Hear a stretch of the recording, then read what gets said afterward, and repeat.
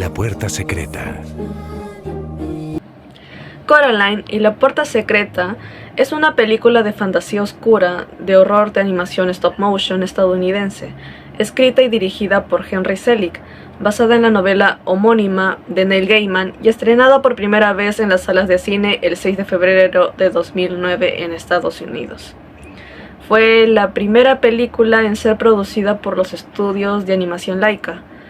Cada uno de los involucrados en la creación de la película podía tardar una semana en obtener una escena de 2 a 6 segundos y medio de animación.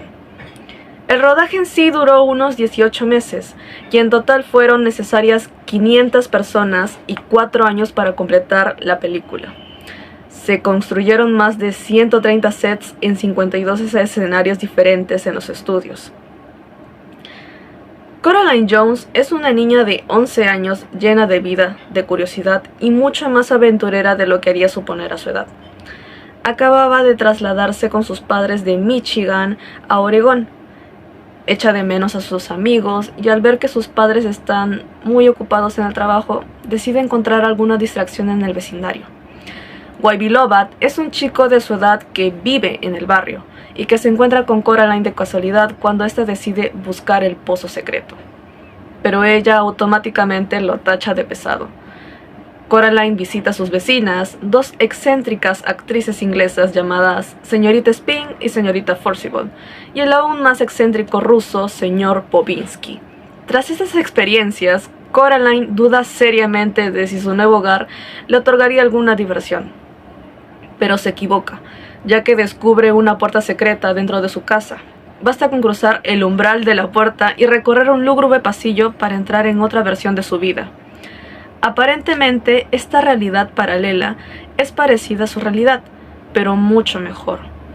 Los adultos, entre los que se encuentra a su otra madre, al igual que su otro padre, estos parecen ser mucho más cariñosos. Incluso el misterioso gato es más simpático, pero consecutivamente le advierte a Coraline del peligro que corre al estar en aquel mundo. Sin embargo, esta le hace caso omiso y empieza a pensar que pertenece a ese lugar. Pero cuando la asombrosa y fantástica visita empieza a hacerse peligrosa, la otra madre planea retenerla para siempre. Coraline deberá recurrir a toda su determinación y valentía para regresar a casa y salvar a su familia. De hecho, la película tiene algunos aspectos que no estaban dentro del libro original. Por ejemplo, las apariencias de los personajes tuvieron que cambiarse para que tuvieran un poco más de sentido. Más que nada para que fuera agradable para los niños. Además, el cambio de apariencias que van adquiriendo los personajes del otro mundo durante el transcurso de la película hace una clara referencia de cómo todo primero era tranquilo para después terminar en algo horripilante. Un claro ejemplo es la otra madre, que por cierto en el libro es llamada como Beldam.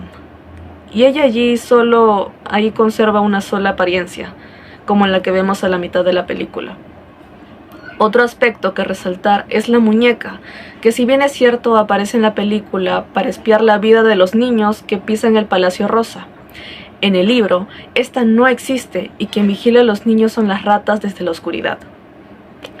Aunque existieron algunas diferencias, en sí, la película y el libro se complementan, en algunas partes. Por ejemplo, en el libro, Coraline pregunta por los nombres de las vocecillas que estaba escuchando en la habitación que le había dejado Beldam como castigo. Uno de ellos le responde: los nombres son lo primero que desaparece cuando se extingue el aliento y el corazón deja de latir. Los recuerdos permanecen en nosotros más que los nombres. Mi memoria aún conserva imágenes de una mañana de mayo en la que mi institutriz llevaba mi aro de jugar y el sol reflejaba en su espalda mientras la brisa mecía los tulipanes. Pero he olvidado el nombre de mi institutriz y los de los tulipanes. Coraline le afirma que los tulipanes no tienen nombre, pero este le responde que siempre ha pensado que esos tulipanes merecían tener nombres. Eran rojos, naranjas y amarillos. Esta parte le da sentido al final de la película, en donde se están sembrando tulipanes, infiriendo que se sembraron como una pequeña conmemoración a estos. Incluso otro dato interesante es que si le ponemos un poco de lógica en la película, ¿por qué la otra madre encierra a Coraline en esa habitación a través del espejo si ahí se encontraban los niños? Pues en la película no se nos explica, pero en el libro se nos menciona que la otra madre se había olvidado de ellos. La película es interesante, atrapante y hasta cierto punto espeluznante. Tiene una trama increíble en donde los hechos que transcurren tienen una hilación. Finalmente, como toda película, esta también tiene una reflexión. Lo que rescato es que debemos de apreciar lo que tenemos. Tras la experiencia que tiene Coraline, esta aprende a valorar su vida, que no es del todo perfecta, como se lo pintan una vez que ingresa al otro mundo. Los otros padres solo reflejan una versión falsa de la perfección y de lo que Coraline deseaba. Es por ello por lo que, a pesar de las imperfecciones, la familia de Coraline la amaba y se preocupaba mucho por ella.